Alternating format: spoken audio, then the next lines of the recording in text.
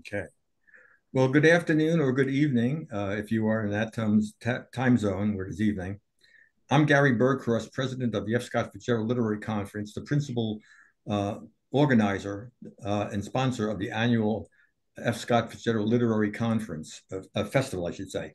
It's my pleasure to welcome you to this first event of the 28th Fitzgerald Festival. The theme of this year's festival is the centennial of the Great Gatsby, and our recipient of the 2025 F. Scott Fitzgerald Award for Achievement in American Literature, we are proud to say, is Percival Everett, who's the recent winner of the 2025 Pulitzer Prize for Fiction for his novel, James.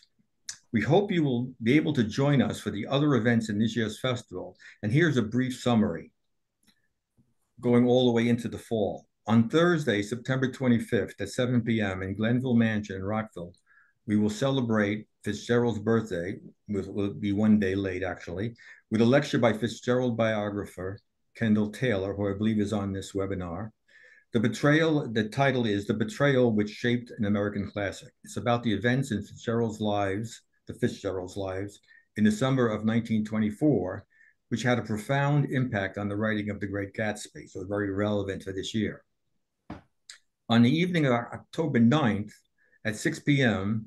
at the Rockville Memorial Library, we'll be announcing the winners and runners-up of the two short story contests we sponsor, which are the student contest for students who live in Montgomery County and the adult contest for the residents of Maryland, Virginia, and DC.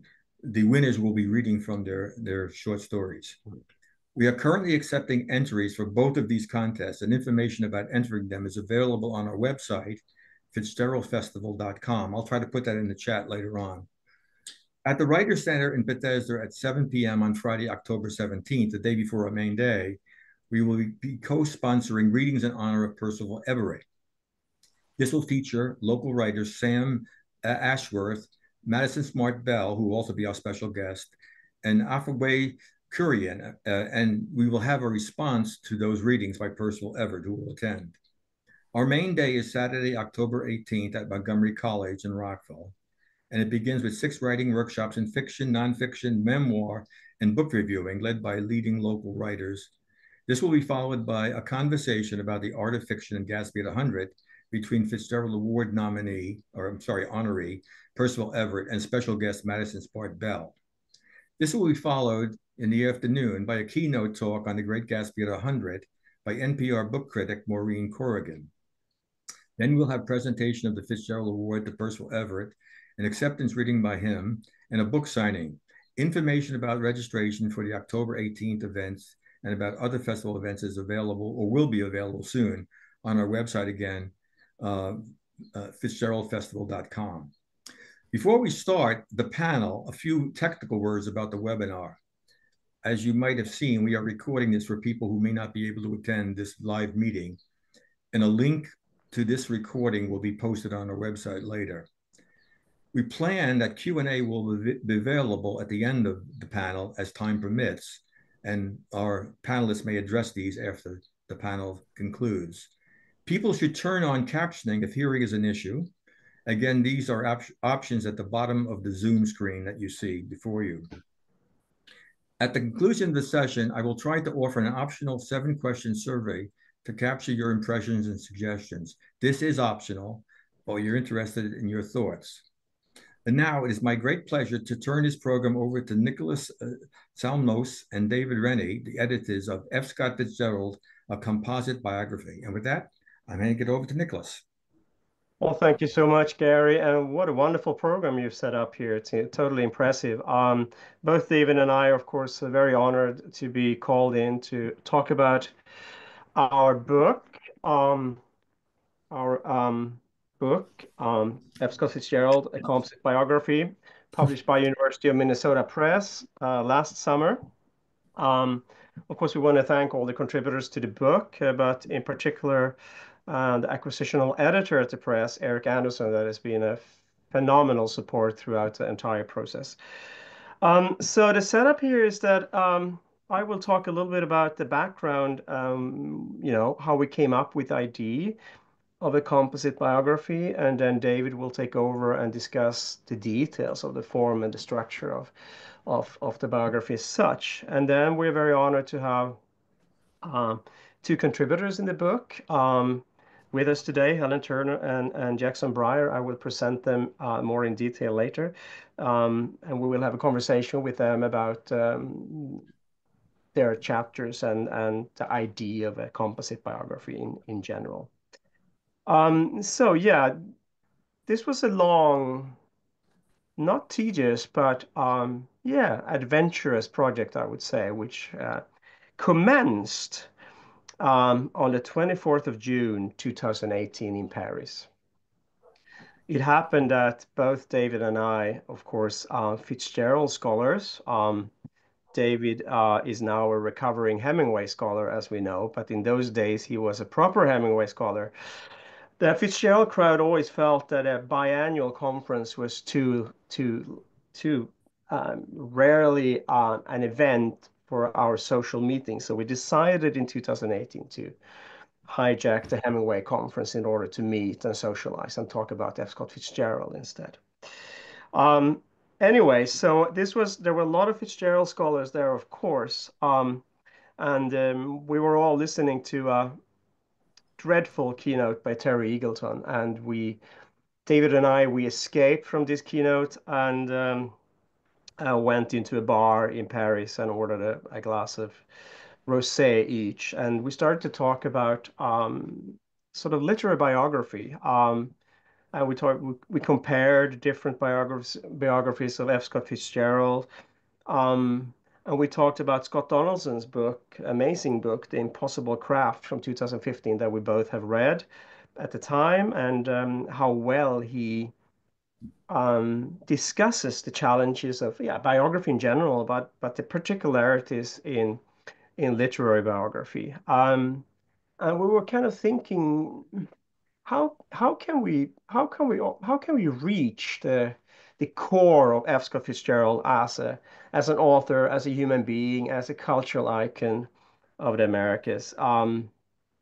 And we played around with different ideas of doing this, feeling very good about ourselves and very productive and very creative. And somewhere around there, we sort of sketched up that wouldn't it be interesting to think that instead of creating an entire narrative of an author's life based on some general theses that you might use to govern and control and organize this narrative, with the risk that you have to drop certain sections of somebody's life because they seem not as important as others, because you have to have certain focus areas.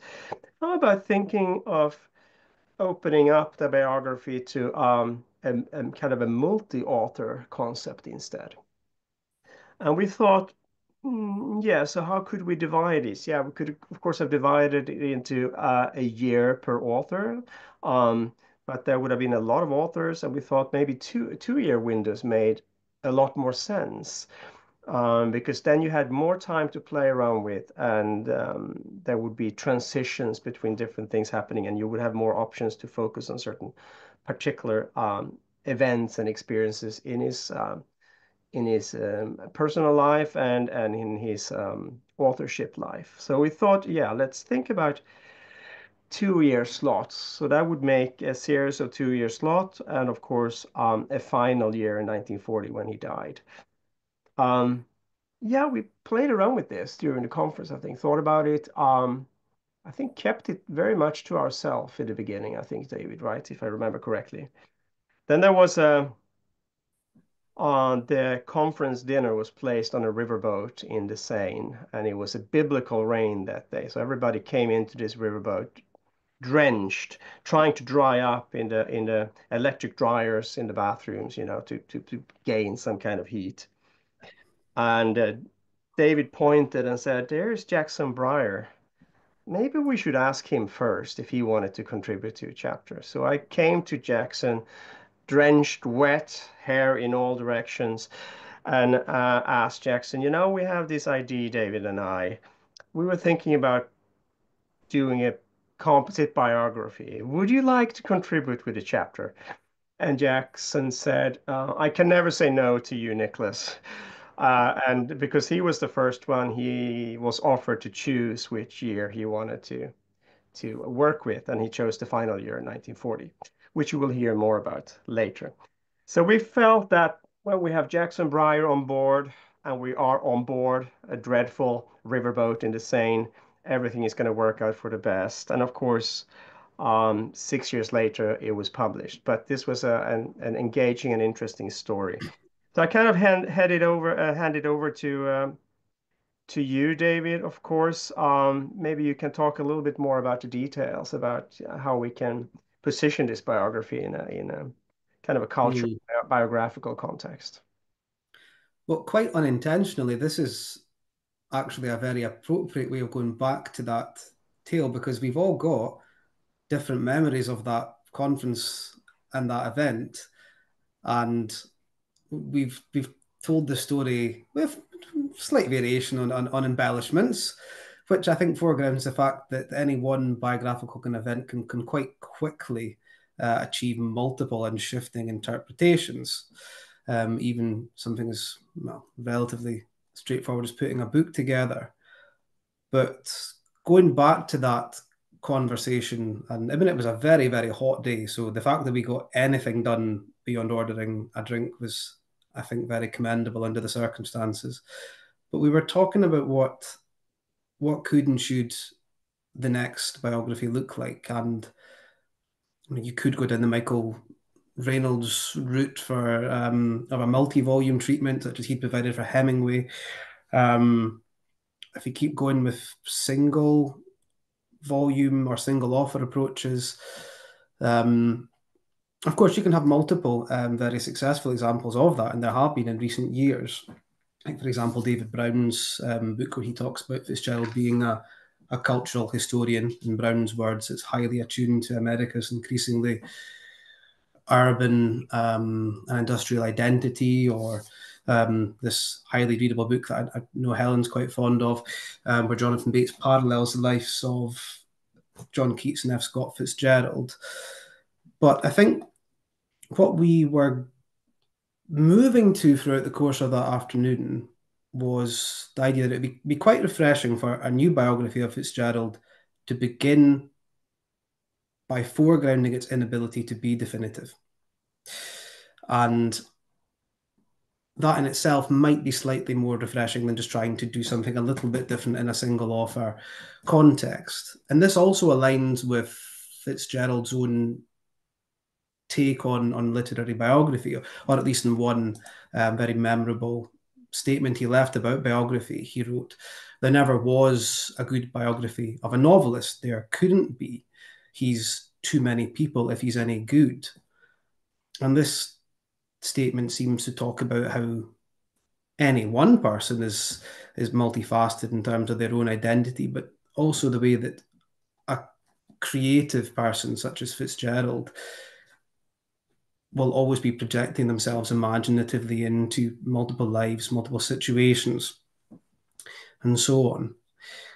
And so, yeah, the next step of approximating the too many people Fitzgerald felt a good novelist to be seemed to be to unite the perspectives of multiple individual authors, and perhaps being at a conference helped make that seem more available to us, because we had several eminent scholars on site. So I think that gave us quite a bit of healthy impetus early on. And yes, as Niklas says, 2-year windows seem to be a healthy perspective. We'd have a reasonably diverse but manageable number of contributors. And beyond that simple idea of organizing the life into chunks, I suppose, that are approachable, each contributor started with that as their beginning, that I've got these 2 years, or 1 year in Jackson's case, which is, I think, a lot healthier in some ways, rather than going the other way around, where you start with an overall interpretive narrative for the biography and then try and make those years conform to that.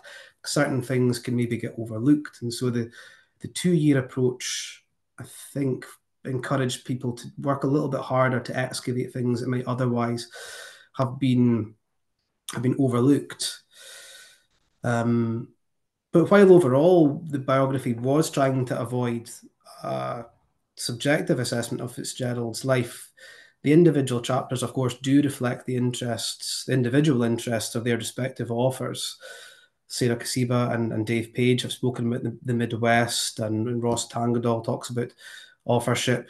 Arne Lund wrote about Hollywood. So altogether, the composite approach aims to highlight the subjective nature of biography, but it also celebrates the diversity of the idiosyncratic approaches taken by our contributors in a way that I think does highlight new ideas and concepts. And I hope I'm not going too far to say that maybe the composite biography has suggested that collaborative approaches are a way of coming closer to the truth of what a life like Fitzgerald's represents, which you could take as being different things to different people. And talking of which, I'm delighted that we've got Helen and Jackson with us tonight, respectively, the first and last contributors to the book. And I'll hand over to Niklas, who I believe has some questions for Helen. Thank you, David. Yeah, just one thing maybe to add before I start talking to you, Helen, is we always got questions. How did we sort of select the contributors to the volume? I mean, this was not only friends, but we tried to have a very diverse approach in terms of gender, mixing junior, senior scholars, but also European, American perspective. So I think I hope we have managed in the way that we gather and collect these perspectives, sort of a healthy and engaging diversity involved. So Helen Turner, you're covering 1896 to 97. Just a short presentation of you. You're an affiliate senior lecturer in English at Linnaeus University, and you came up with a lovely pedagogical book called Breaking Down Fitzgerald in 2022, which is a practical guide to F. Scott Fitzgerald's work for middle and secondary students. You were also the academic director of the F. Scott Fitzgerald Society Conference in Växjö in 2023. And you've done a lot of fantastic, wonderful, beautiful work on Fitzgerald. I always laugh when I think about what you told us about your mother when you told her about the project and she responded, "Are you and your friends ever going to let that poor man in peace?" Obviously, you did not at all. And you had, of course, every chapter has their opportunities and challenges, I suppose, but opening up the book, which you've done actually to critical acclaim, because a lot of reviews and critics have mentioned how well you sort of ease us in the life of Fitzgerald through his first 2 years, when there is practically almost nothing documented about those first 2 years. So, yeah, tell us a little bit about how did you approach the engaging first chapter of the Composite Biography, and what were the opportunities in doing that? Well, good evening, everyone, or good afternoon, depending where you are. Yes, when it was clear that I was going to do the first chapter, obviously I realised immediately there was going to be some limitations, as you said, given the relatively, not too much to be said at this point. There's not a huge amount of documentation. So once I'd covered the basics, place of birth, that kind of thing, I realised that I was going to have to approach it slightly differently. And I'd done quite a lot of work prior to this, particularly on Fitzgerald's father. I was quite interested in the relationship between him and his father.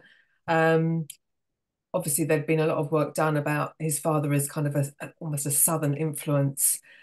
But I was actually more interested in the changing attitude he had towards his father and his mother through the course of his life. So that period during his very early success, when he would say really quite, in letters and so forth, really quite brutal remarks, cruel remarks, I feel, about his his father in particular.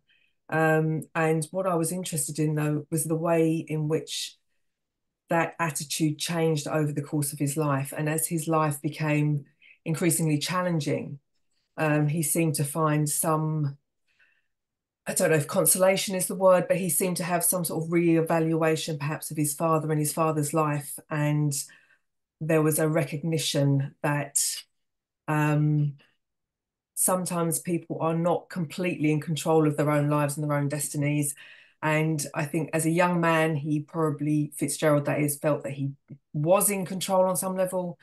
And I think that realization by the time he's hit the 1930s that events can overtake you, I think perhaps led him to perhaps reevaluate his father, most famously, obviously, in that incomplete, on the death of my father, which he wrote obviously comparatively late in his life.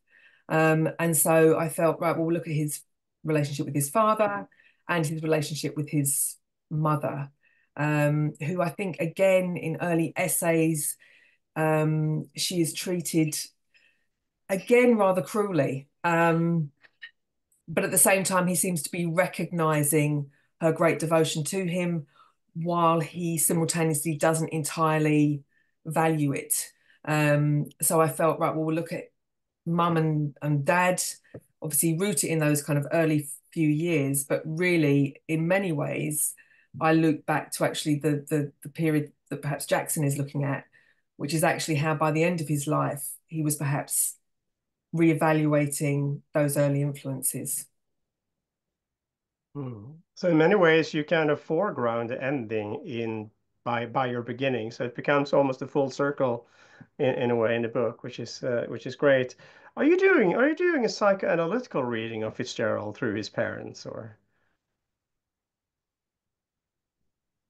I've always been, I mean, and I know in some ways I suppose it's rather unfashionable, but I've always been quite interested in how early life, early experiences can influence a writer. So I know it's not a psychoanalytical reading per se, but I think I do chart, again, it's an interpretation. I do chart the way in which I think his parents influenced him, even whilst he actually was rejecting that influence. And I think in some ways what was a driver for him was that he didn't want to be those people.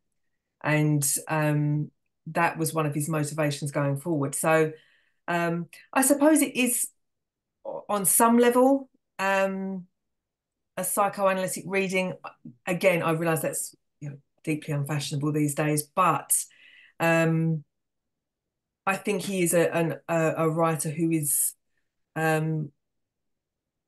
deeply influenced by his own life, his own experiences,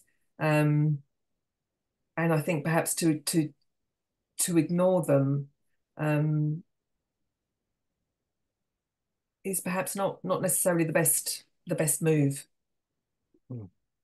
I mean, you write about how it affects his personal life, but you're also engaging with, of course, what the consequences of these relationships and how they also are changed on his authorship. Can you tell us a little bit about what kind of connections you're making between those feelings, those emotions, those backgrounds, those changed emotions, perhaps too, and his writing? And one of the things I trace is particularly his depiction of female characters and the way in which in pretty much all of well, not absolutely every single one, but certainly in I think particularly about Gatsby, and I think particularly about Tender is the Night, in the protagonist's pursuit of the kind of the central female character, there is this kind of constant search for or desire to reimagine women, recreate women, track back to an earlier version of a woman, and so this kind of strange relationship that the woman that they are pursuing is always somehow absent. They're already in the past, or they never existed, or they're kind of a fantasy. And And I think a little bit about the way in which his mother, while being kind of clearly very, very present in his childhood, was also already in some way diminished. She'd lost children already, and we kind of get the sense towards some of the essays that he's writing towards the end of his life that clearly influenced by his mother's. Well, he writes them really at the point when she's shortly before she dies, although often it sounds like in some of the letters around that time that she's already dead. That there's this feeling that she's already absent, she's already not there. And one of the things that I try and track is this idea that he is, when he is creating female characters, he's influenced by this fact that women are always somehow already absent or lost. And I think perhaps that can be related in some ways to his mother, and then obviously the kind of the very, very complicated relationship he subsequently has with Zelda. And I think perhaps well, I found it an interesting area to consider. These alternative mothers he also creates in some of the early essays, where he kind of feels like he kind of wants a different type of mother, and then by the end of his life, when he's talking about his mother who has already died, he recognizes that perhaps she needed a different son. So that's kind of the things that I was exploring in that first chapter. Great. I'm thinking more than referring back to the specific format of the biography. Is there something in this format that allows you to unpack something about what you just told us, that this relationship, artistic, personal, to his parents, that you would not be able to do in other types of other formats? Or was there something that stimulated you to look into things in a different way? I think definitely. I think if I had been, for example, writing a biography purely on my own, I think that idea, like you were saying, and this idea that you have to make kind of selections. So those figures would obviously show up in kind of the first chapter where you're looking at his family background and so forth, and then you might pick up again when he's writing some of those letters to Harold Ober, is quite dismissive of his father, and then we kind of move on and we have father's death, and that might then get mentioned. I mean, I'm always interested that in all of, maybe I'm overstating it, but invariably his mother's death is reduced to this gave him a little bit of a financial break because he got access to her estate afterwards. And it's kind of written off at that point. Well, you know, this kind of gave him a little bit of financial leeway when he was at a real kind of pressure point. And I've always found that quite reductive. I mean, clearly his relationship with both parents was complicated, but I would imagine most people's are really when you start to unpick things. And I felt this idea that would be his only response.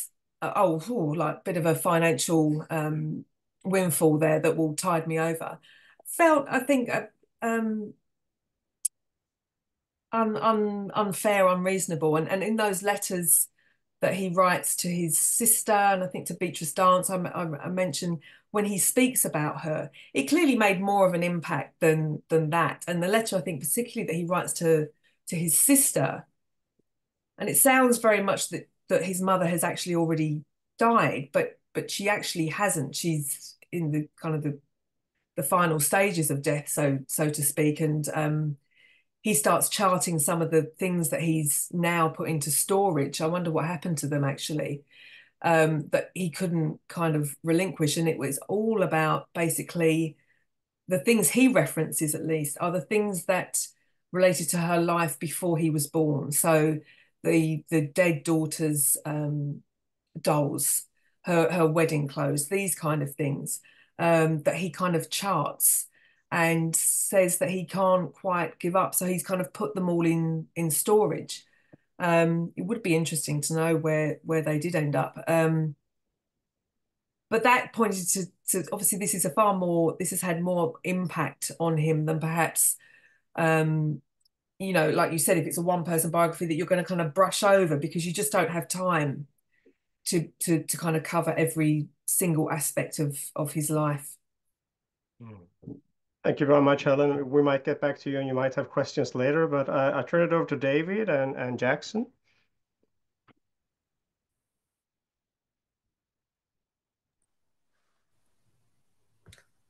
Thank you, Niklas. I think I've unmuted myself.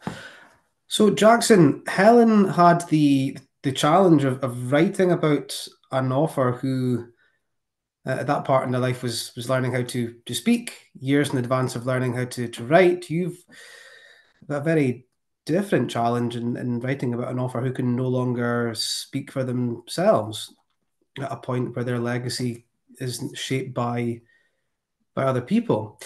So I wonder how you negotiate the difficulties of that, because I suppose there's an extra burden on your chapter in the sense that you have the final word in the biography. So your chapter had to place a final assessment, or at least a representation of Fitzgerald at that moment when he transitioned from being a living author to a remembered one. So could you please tell us about how you approached that? Well, thank you, David and Nicholas. I have to say that when Nicholas approached me on that boat, we both had a little bit of wine to drink. And I like to think that my immediate acceptance of this offer was possibly influenced by that fact, and that it was a kind of party atmosphere. Because I have to admit, when I heard the design of the book, I was very dubious. First of all, dubious that they could corral 20 some odd people into writing essays that they would get in a timely fashion. I've had quite a bit of experience editing books where there are multiple contributors, and it's much more difficult than herding cats, I can assure you. And I also was worried that the boundaries would be erased and it would be difficult for people not to overstep the year, or there would be redundancy. So when I read the book, to proceed to the end and then come back to David's question, I was amazed. I've been working on Fitzgerald for a long time, and I've read all the biographies and a lot of material. And I was amazed in reading this book how many new things I came across in these essays. And I think the reason for that is one of the things that David mentioned and Helen implied in her response is that is when you focus on a very short brief period of time, and if you are conversant with the material available to you, and I'll talk about that in a minute, I think you sometimes find out things that no one has had the time to focus on, because if you're writing a full-length biography, as Helen implied, you've got to deal with the whole sweep of the writer's life, and what happened in 1896 and 1897, or even in 1918 and 1919, is not necessarily going to be that much of your focus. And the other thing is, as I just said, it was amazing how many times people came up with little pieces of information that were entirely new. Just to give you one example, in my chapter, I discovered that in Jeffrey Myers's biography of Fitzgerald, he refers to a trip that Fitzgerald took. I want to get this exactly. Jeffrey says that in March 1940, when he was flying across the country, Fitzgerald was overcome by an imaginary illness. He suddenly felt terribly sick, panicked, and rather grandly asked the airline stewardess to wire for a doctor, nurse, and ambulance to meet him at Tucson Airport. By the time they landed, Fitzgerald had miraculously recovered and decided to remain on the plane. No other biographer mentions that. and I knew nothing about it. I didn't know whether to take Jeffrey Myers's word for this until I found in a book of Fitzgerald's letters, a very well-known book of Fitzgerald's letters, Matthew Brookely's Correspondence of Fitzgerald, a very short note that Fitzgerald wrote to Perkins on April 9th about a bill for $50 from, quote, of all things, an undertaker who claimed he owed him for an ambulance, which he claims that I ordered. No one had ever, there's no footnote in Brookely's edition of Correspondence explaining what that refers to. I've never seen any reference to that in any biography. I mean, it's not a major event, but I never would have focused on that if I were writing a full-length biography. But because I only had 1 year to deal with, that event became very important. The other thing that I think you'd need to say about a book like this, that again, I think was kind of implied in David's introduction, is that biographers, while they claim to be objective, often have a point of view that they try to use, even if it's subconscious. And that colors how they deal with the evidence that they present. It frequently colors what they choose to exclude because they probably approach their subject with a particular point of view. That can't happen in this composite, as David made very clear, because everybody has an equal shot here. And I think to talk about my methodology, which I assume is the methodology that many of the other contributors used, is I was familiar with the primary sources available, the correspondence, reminiscences by people who knew Fitzgerald in that last period of his life. And so I simply put together a timeline based on what he wrote to Zelda, what he wrote to Perkins, what Sheila Graham wrote about their time together, what Bud Schulberg wrote about their time together, because those were the relevant sources for my particular 1 year time.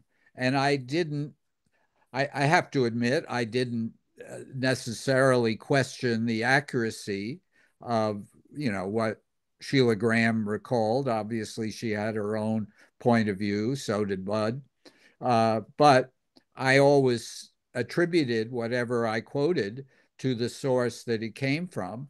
And so it was an attempt to be pretty much dependent on an objective assessment of these sources, because I didn't want to color it in any way with my own interpretation. And I think that's true of all the contributors to your book, that many of whom were pretty experienced, not all of whom, but almost, I would say well over half of them are people who've been working on Fitzgerald for many years, and they knew where all the bones are buried, but they didn't necessarily need to inflict any kind of interpretation on that material, but simply to exhume it and to give you as full a picture as they could of that particular 2 year period that they were dealing with. And I think that's the great virtue of this book. I would have doubted when Niklas asked me, I would have said to him, well, what do you attempt to find that hasn't been already found? But I commend this book to anybody who's read other biographies, because it does present new material and it is different from the biographies that have been published. Well, thank you, Jackson. I find that quite interesting, because when I read your chapter in its draft form, it was the one that affected me most. It's quite an odd thing to spend a long time assembling a biography with lots of different, in many cases, highly eminent scholars. And then, of course, it came to an end. And I'd read several biographies, but I'd never participated in one like this. And the way that you did stick to the facts, I think lent it a particular degree of poignancy, because the story itself is very moving. But I wondered about even if you are sticking to empirical data largely through the main sources, what about the stylistic aspect of that? I understand you're not trying to put a particular interpretive narrative on what Fitzgerald's last year meant, but how did you deal with the sense of pressure about, like, I've got to end this, and you've got to be quite careful about that? You know, it's kind of interesting because I wrestled a little bit with that, because I knew that the end of my chapter was going to be different from the end of anybody else's, because obviously everybody else's could lead to the next one. Mm. But you know, Fitzgerald left some material at the end of his life. I mean, one of the last letters he wrote, and I forget whether I quoted from this, I probably did, was to Perkins, lamenting that The Great Gatsby might be forgotten. And, you know, he wrote things like, "Do you think anybody will ever remember me?" And he didn't know, of course, that he was going to have a heart attack in December of 1940. But you know, I think the reason you were moved was his words move you. I mean, I didn't do anything to manipulate the ending of his life. I simply presented the fact that he kept writing to everybody that he was almost finished with his next novel. And in January, he thought he would be finished with the first draft of The Last Tycoon. And he wondered if anybody would remember him, and things like that, which are very moving, but they come from him. They don't come from me. And I suppose, you know, to take some credit, I chose the things that I thought would be most effective. You know, I didn't quote from every letter he wrote in 1940. I tried to choose the kinds of excerpts that would have a resonance, knowing that it was the last year of his life. But they're his words. They're, you know, they're things that he said and things he was experiencing. And so I think the last year of his life provided its own emotional response, just based on his own words. Well, thank you, Jackson. And you touched on the format of the biography earlier, and I'm glad to see to learn that your initial skepticism shifted slightly towards a more favourable interpretation. But I've been curious about your most recent book, F. Scott Fitzgerald Remembered, which is, I suppose, it's in some ways comparable to the Composite Biography in that it unites multiple perspectives on Fitzgerald's life. So I wonder if you could say something about how contributing to the Composite Biography and assembling F. Scott Fitzgerald Remembered, how that has in any way changed your estimation about what can be accomplished by literary biography, and what role collaborative or composite approaches might have there. Just to be a little bit more explicit, the F. Scott Fitzgerald Remembered is a collection of about 60 reminiscences of Fitzgerald by people who knew him at different points of his life, and they're all arranged chronologically, so it's a sort of firsthand biography. And I think that the lesson or the impression that I got from putting that book together, the epigraph to my introduction to that book is exactly the quote that David gave at the beginning of this conversation, where Fitzgerald talks about the impossibility of doing a biography of a writer, because a writer is so many different people to whoever he comes into contact with. And what I found in compiling the reminiscences was, for example, there were a tremendous number, probably too many accounts of Fitzgerald's somewhat erratic behavior when he'd been drinking. But on the other hand, there's a reminiscence by James Thurber, who said Fitzgerald was the best drunk I ever knew. He was totally comprehensible and in control whenever he was drunk. Other people said he was the most charming person I'd ever met. Uh, so, and I think that that's what the composite biography does, because it doesn't impose a pattern on Fitzgerald's life.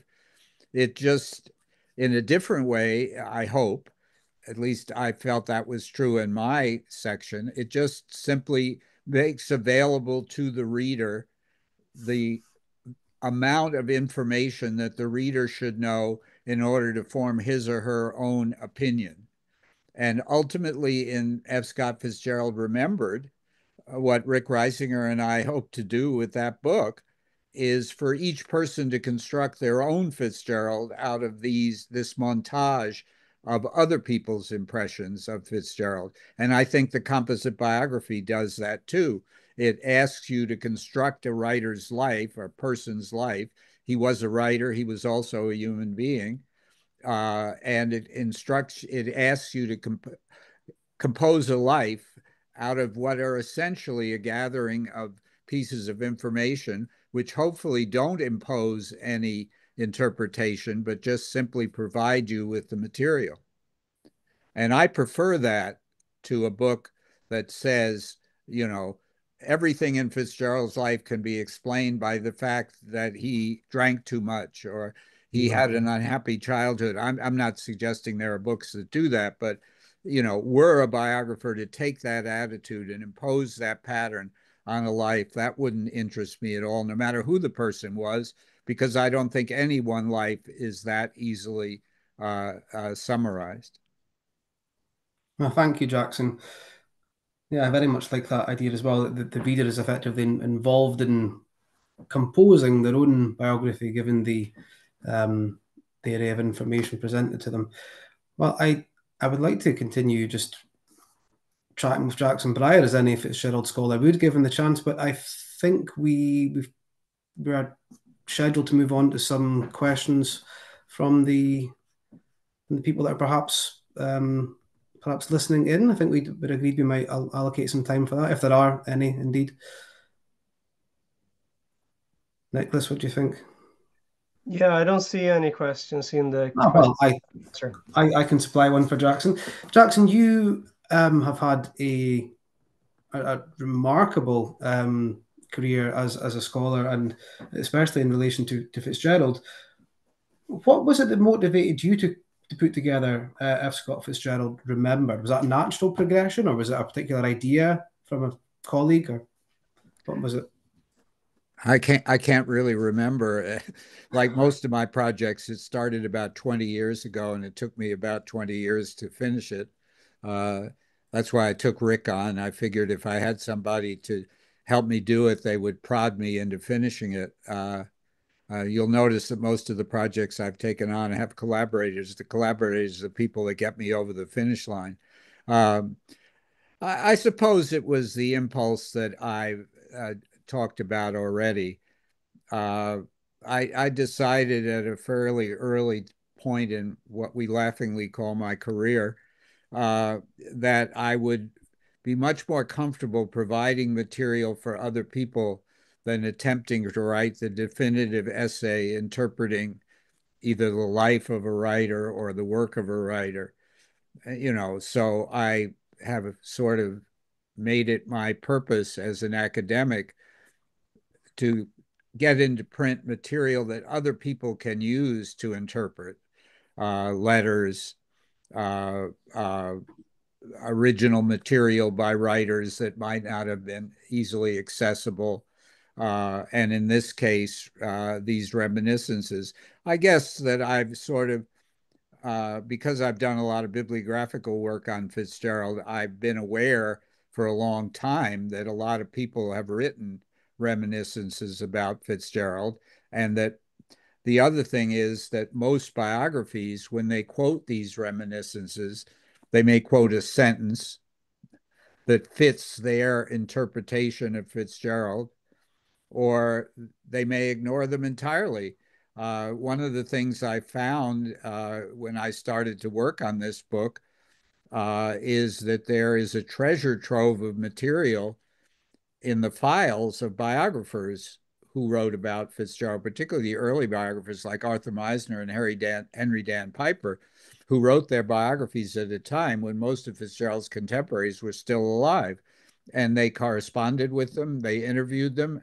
And Dan Piper's notes are all at Southern Illinois. Meisner's are all at Princeton. And there's incredible material in those archives from people who knew Fitzgerald. And they'd never been mined.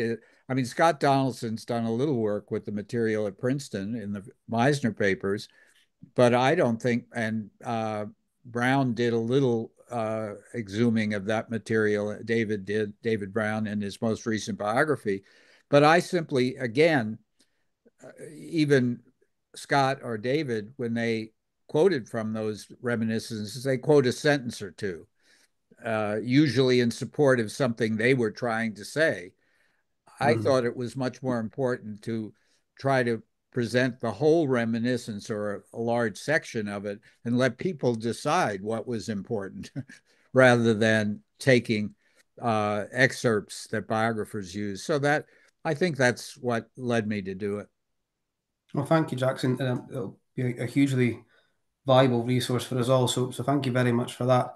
So we Nicholas, have do we have? Yeah, we have a few questions coming up here. One is for Helen. Did Fitzgerald's attitude to his father changed after his own experience of failure? I would say yes. I think he starts to view him far more sympathetically. I think in those years when his own life had unravelled.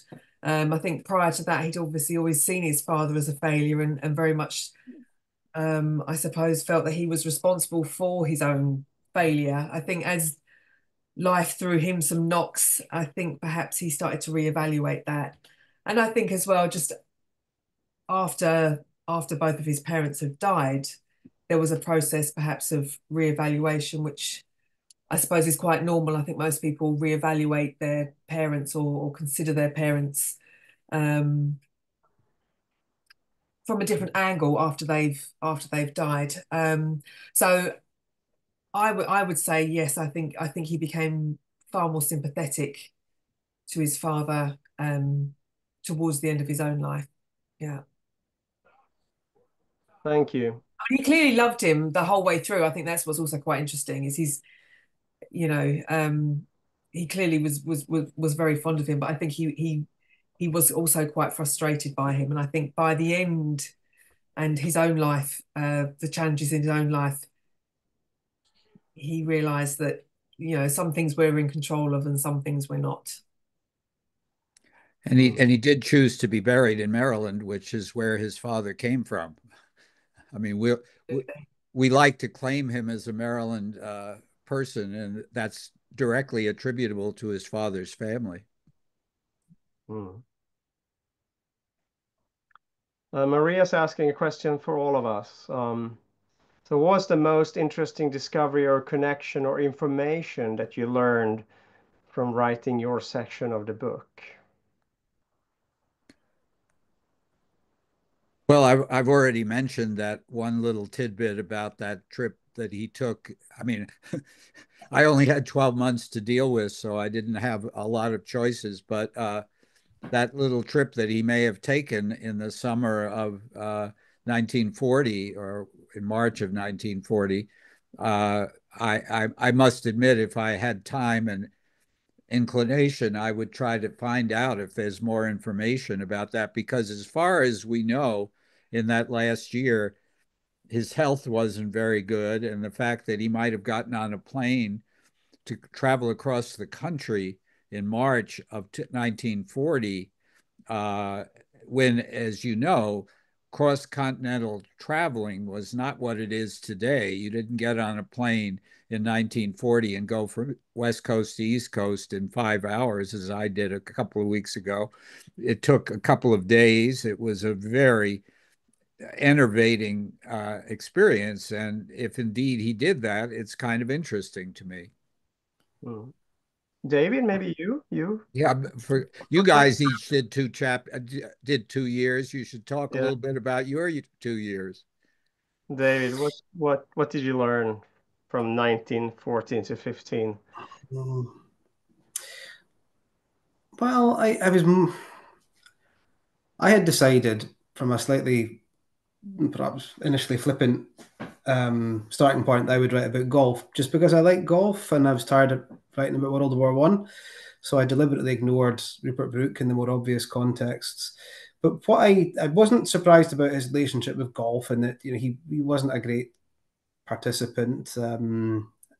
Obviously, there golf courses are important in his work in terms of Jordan Baker and Gatsby and the Washington's private golf course and Diamond as big as it is.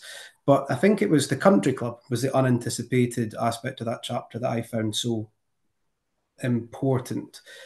It's always there, but I'd never, when you add it together, the amount of short stories where there's a country club environment, it's actually quite a lot.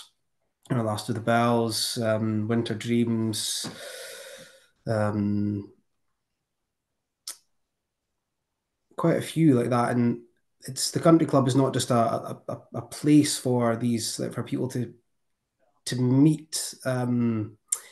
It's tied up to lots of complex currents of social, economical, and technological development. The motor car allows people to get to the country club.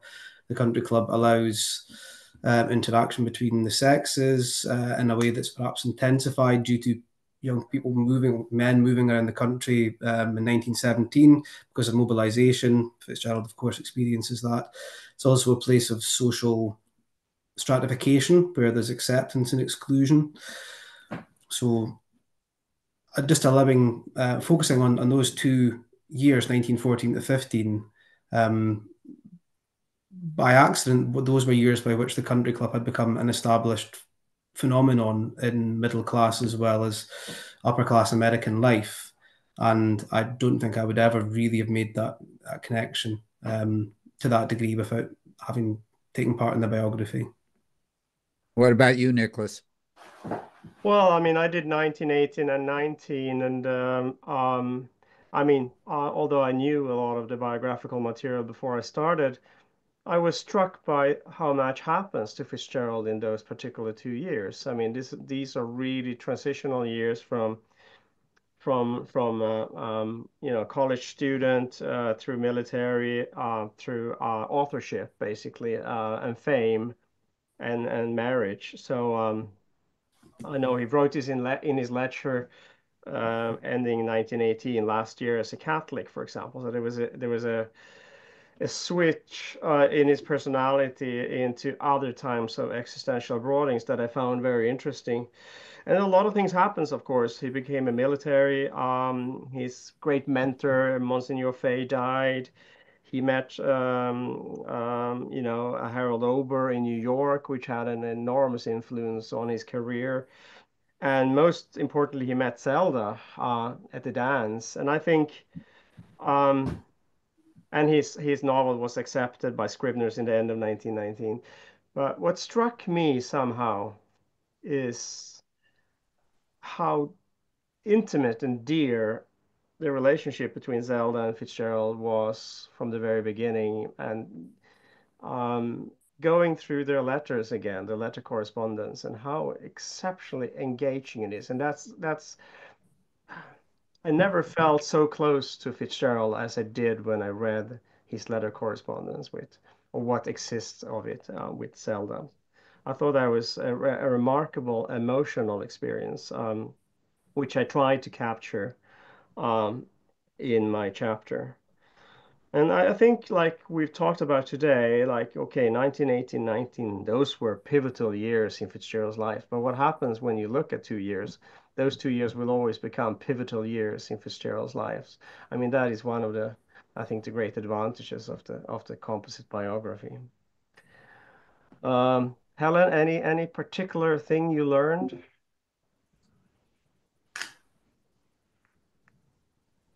Um, I think largely, I think probably it did make me reflect a little bit more on on biography in general. As I said, I mean, I was already quite interested in his relationship with his parents. And so in that sense, I wasn't kind of rooting through things that I wasn't familiar with. But I think it is quite interesting to see how through that process of those different chapters, although there's, there might be some crossover, that actually when you're like any life, you actually can't pin it down in a way that sometimes biography imposes that idea that you impose narrative on a life, on which we do every day, but actually you realize how artificial that is.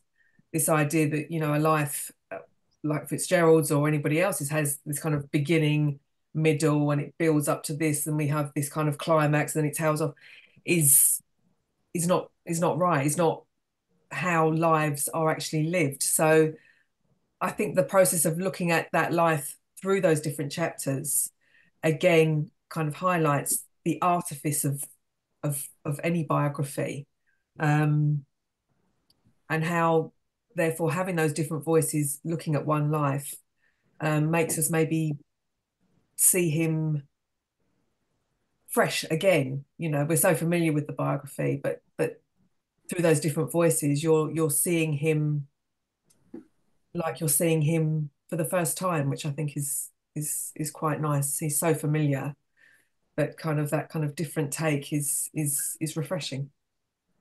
Yeah, I might add, and I think this is all right to say this, Niklas and David, you're doing the same thing with The Great Gatsby, aren't you? You're asking a group of scholars each to write about one of the chapters of The Great Gatsby. Is that not true? And there again, what you're doing in doing that is allowing a multiplicity of interpretations to exist, where if one scholar wrote a book about Gatsby, again, he or she would impose on Gatsby their interpretation of what's most important in the novel. But by getting nine different academics to write a chapter, you're allowing for many different interpretations to be heard. And I think that's always to the better. You're very well informed, Jackson. It is true. Well, that's your next book. I mean, It we is, might yeah. as well plug it after all. Yeah. It's called Gatsby at 100, and it's bound for University of Minnesota Press as well. We were hoping at the end of this year, but it might actually be Gatsby at 101, but we'll have it. Yeah. He looks pretty good even for 101. I know. Are there any other questions, There are Niklas? other questions, yes. Eleanor asks, you've all dealt clearly with the question of subjectivity. Did the editing session involve any mediating between direct oppositions of ideas, incidents? What were the most contested portions of his life and of the essays? That's for Well, you two. That's for you two. we can say one thing at the start is that we were very open-minded to our contributors, so we didn't in any way, I hope, direct them or influence them to have specific focus areas to say these 2 years we would be very happy if you could bring this out or unpack that or tease that out. We gave actually minimal instructions, if any at all, because we simply wanted contributors to think for themselves about these 2 years and what it could mean. I don't even think that we needed, in any case, David, go back and somehow offer any advice or any, say that, you missed that he wrote The Great Gatsby. There were never any complications like that involved. But it's and we knew that there was a risk at this because there might have been overlaps. It might have been a very uneven book. It might have been that you couldn't read it in any kind of continuous way, that it would be very blocky. You maybe could pick out 2 years and you could read them. But I think, and we've heard others say the same, that it turned out actually to be a book that you can read from page one to the last page, because it does become oddly a kind of a continuous experience of time and space and feelings and emotions, even though these authors mostly operated, initially at least, on their own entirely. Mm-hmm. Yeah, I agree. I don't think there was any moment or issue that we highlighted as something that needed to be resolved between two chapters that clashed in any particular way or where there was repetition. And that seems to be because of the scholarly tradition that we all operate within. Like Jackson was talking about earlier, there are the standard sources, the letters, the main biographies. So that, I think that lent the book a degree of cohesion, and that we had picked our contributors, so they knew they would all be would all probably own most of the books they would need. For example, would have been operating within that scholarly tradition for a long time. So yeah, there was an element of risk, but that scholarly heritage gave it a degree of reliable cohesion throughout. Yeah, I must admit, when I was reading it, I read it straight through, and I was worried most when I wrote my chapter, because I started by talking a little bit about what happened in 1939 to sort of get into 1940. And I worried about how you guys would deal with redundancy from chapter to chapter, but I didn't even really feel that was a problem. There wasn't a whole lot of repetition. So Gloria Monaghan, I love the question about his father. He was unable to attend his mother's funeral. I think this is to you, Helen, then. Do you think this affected him in a horrible way, or given the circumstances, was he more or less okay with this?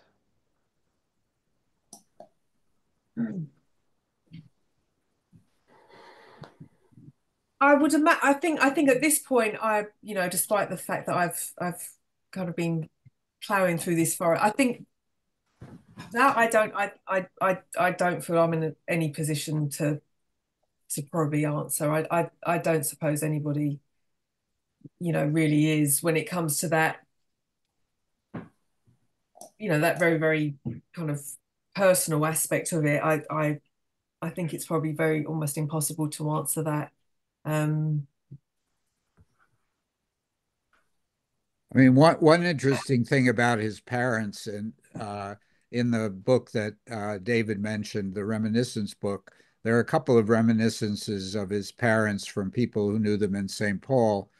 And his mother was a really eccentric person, apparently, or at least she was viewed that way by most of his friends. Whereas his father, who of course was in many ways a failure, was regarded by most of his friends as a much more normal, sort of gentlemanly sort of person. And if you take, and again, you have to take into account the sources of the accounts, which may not be objective either. But if you take that position, in some ways, again, it was very complicated because his father was a failure, as we all know, in business, and he never forgot that moment when his father came home after losing his job. But on the other hand, as he said in that famous tribute to his father when he died, he's always referred his judgments to his father, because his father had that basic sense of decency and morals that he respected. His mother, on the other hand, if you look at This Side of Paradise, he makes into a totally comic character in This Side of Paradise. And that can be attributed to his being a little bit ashamed of her. But on the other hand, as Helen said, he undoubtedly loved both of them. And, just as any view of him is complicated, certainly any view of his attitude towards his parents is very complicated, as it always is with people's parents. I think it's quite interesting in that essay that he writes. The thing that stuck out to me when after his father died, the essay that he writes is the association he has with his father, obviously with storytelling, but also storytelling. He talks about asking for the stories from the Civil War to be told specifically after he's been beaten by his father, and this idea that stories can be told and told again. And his father says, "Do you want to hear it again? I've told it so many times, and this idea of the repetition and the soothing nature of repeated storytelling, telling the same story over and over and over again. I found that particularly interesting as well. So we about at the end, Niklas? Oh, we have a few more actually. Have any living relatives of F. Scott Fitzgerald responded to this new bio and its collaborative approach? Have you heard from Bobby or Blake or anybody? No, I think they're tired of us because we had such tough negotiations with images and illustrations, copyright material. So, but yeah, it would be, of course, nice to hear anything from them. You haven't heard anything, David, I guess. It has to be said, though, that unlike some families of famous authors, the living descendants of Fitzgerald, who are mostly his two granddaughters and great granddaughter, are very, very supportive of Fitzgerald academics and come to all our conferences and have come to the Fitzgerald Festival in Rockville. And unlike some families, which make it harder on scholars, they're generally sympathetic. But I think Niklas is probably right that they can't keep up with everything. No, no. Yeah, they're very nice. I mean, I met them too. This is yeah, Alfredo Franco asks if Fitzgerald completely abandoned his Catholicism. Has there ever been a study of Fitzgerald and Catholicism? There's a whole book on the subject, Mm. but there again, it's complicated, don't you think, Helen? That he could disavow it, but I don't think any Catholic who is brought up in a Catholic situation ever completely loses all aspects of it. Yeah, I can speak from personal experience. Once a Catholic, always Catholic. You know, it's I think that idea, I think it's cultural as well as religious. So I would say that, yeah, aspects of that would have stayed with him his entire life, I'm sure. One thing that is clear, whether, his Catholic background sips into his writing all the time at different levels. I mean, in terms of content and themes, but also since I did translate Fitzgerald into Swedish, I became aware of how many times he uses, if not specifically Catholic, but religious allegories, symbolisms, humor, ironies, double meanings in his prose that are, I think, sometimes lost to readerships. But when you have to translate them, you have to take them into consideration. And so it is a very lively and vivid part, I think, in his prose. So it has certainly affected that's his stylistic choices. Yeah, I was amazed. I mean, one of the little tidbits that came through in these reminiscences in Fitzgerald Remembered is I forget who it is. I think it's one of the people he met in North Carolina towards the end of his life who mentions his knowledge of the Bible. I've never seen that really accentuated. And there's a new book out that a friend of mine, actually, it's a book that a friend of mine completed of a friend of his about Gatsby. And John Cunley is the person who finished the book. Al, I can't remember his last name, whose book it is. But one of the things he does is trace the influence of the Bible on Gatsby and how many parallels there are in Gatsby to biblical references. And, you can buy it or not buy it, but what is clear is that Fitzgerald, even if everything that is said in this book is not true, it's clear that Fitzgerald had a pretty good knowledge of the Bible, which again is possibly traceable to a Catholic upbringing. We have one last question by Paul. I'm sorry, Paul, I didn't see your question. You posted the first question of all. Um, I'm curious to hear whether your biographical scholarship or editorial vision was shaped by the especially fierce affection loyalty that Fitzgerald enjoys from young readers and amateur aficionados. I guess this is for you, Helen, or David, who works with the younger versions of adults. I can't say that the Gatsby book we're doing does for me, in the sense that my chapter of that book is in chapter 9, and I have got pupils from my higher class, so that'd be fifth year pupils, 16, 17 years old, to talk about their responses to the chapter. So that wasn't because they were crying out to be involved. That was just to see what connection, if any, Gatsby makes with people that are undergoing their formative experiences now. And it does, but often, those are people that are interpreting Gatsby from a world that's changed completely since I was in school, which isn't that long ago. But this is before smartphone, digital revolution, TikTok. So it was quite interesting to see just how radically different the landscape is that they are looking at Gatsby from.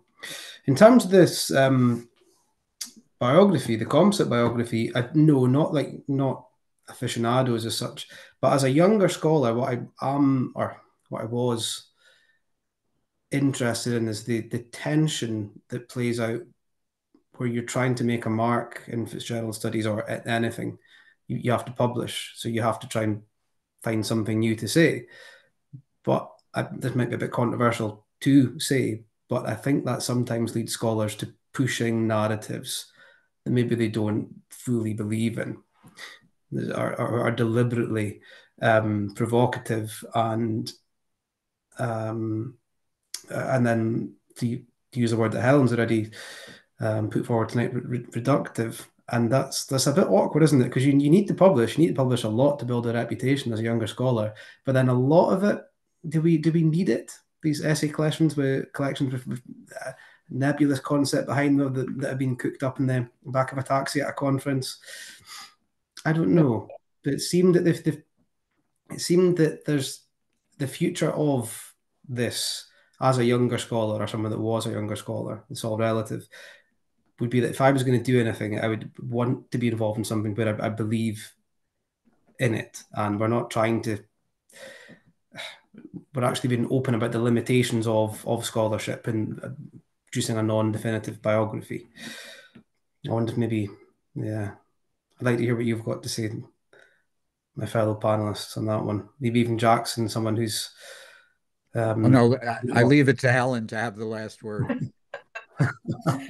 Well, what's been quite interesting for me is I've been teaching Gatsby this last year with their what we call year 12, so they're 17, and it's quite interesting the way that we teach on this particular course is they actually have to do kind of recreations, so they have to do kind of creative reimaginings of a scene, say from Gatsby. So it might be, you know, the examiner will give them a scene at one of the parties, and they've got to reimagine it from the perspective of Jordan or the barman or whatever, and they have to kind of try and mimic Fitzgerald's style, which I thought was hilarious when I first read the spec. It was like, well, if anybody can like mimic this style, why would you not be writing full time? But they have to kind of honor his style, but also kind of be a little bit imaginative with it, and it's quite demanding. And then they have to write a commentary saying the decisions they've made, and I've been actually surprised actually how good these are, comparatively speaking. But obviously we've read the novel in class as well, and what has really struck me is how it is resonating with them when they are thinking specifically about America. And they feel very much to go, but he's writing but he could be writing this now. That's obviously some things have changed, but they recognize the tone, if you like, the concern about what America is or should have been or could have been or would have been or has become, they're picking up on that really, really powerfully, which I think again points to the fact that he remains relevant, which is always good. I think that's a great way to end. Gary, do you have something you want to add? Well, yes, I should start with thanking the panelists. This has been very entertaining. I actually raised my hand because I thought I could evoke the applause sign that we have on some Zooms, but apparently on webinar we don't have it. But that was my reaction. I would just follow Helen's comment. Is that our honoree last year, Jasmine Ward, I think, wrote an interesting article on this very issue about how Gatsby speaks to young people and what it is to succeed or be an American. So I just note that in passing. The two things I want to finish on here is one for people that are in the DC area. We have two events. This is the first one of our events on Fitzgerald. The second one, I think was mentioned, is around the time of his birthday. So people who are in the DC area will have an opportunity to attend an in-person talk this time as opposed to an online talk. It's called The Betrayal Which Shaped an American Classic. It's by Kendall Taylor, who's been on this webinar as an attendee. And this will take place after Fitzgerald's birthday on Thursday, September 25th at 7 p.m. at the Glenview Mansion, which is in Rockville, and people can find that on our website. So that's one bit of business. The second is for people, attendees who can stay on, I'd like to launch a survey, a little bit of opinions on that. And if you have time, fill that out. That will help us. And with that, for our panelists, thank you again. And thank you, David, Niklas, and Helen, for staying up late. And now you can go to bed, all three of you. Okay. Thank you, Jackson. Thank you so much. Thank you, for the invitation. Thank you. Thanks, everyone. Good night. Bye now. Bye.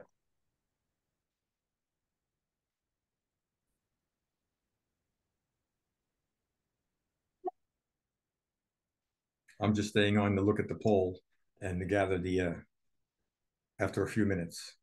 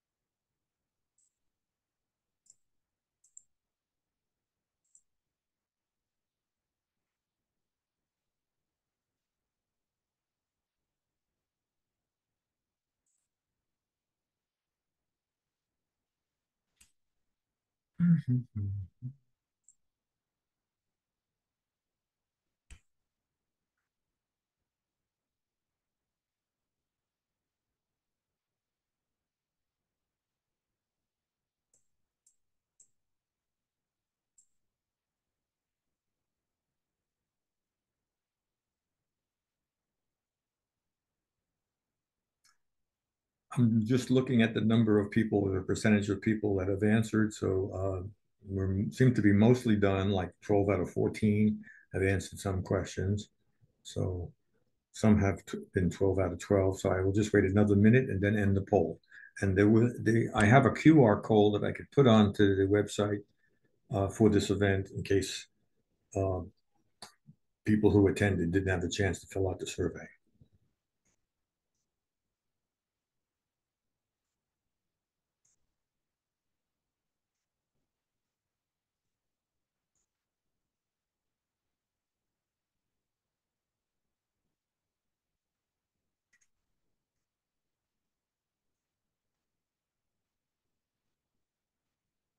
Okay. Looks like everybody has answered. And so with that, I'm going to end the poll. Thanks, everybody.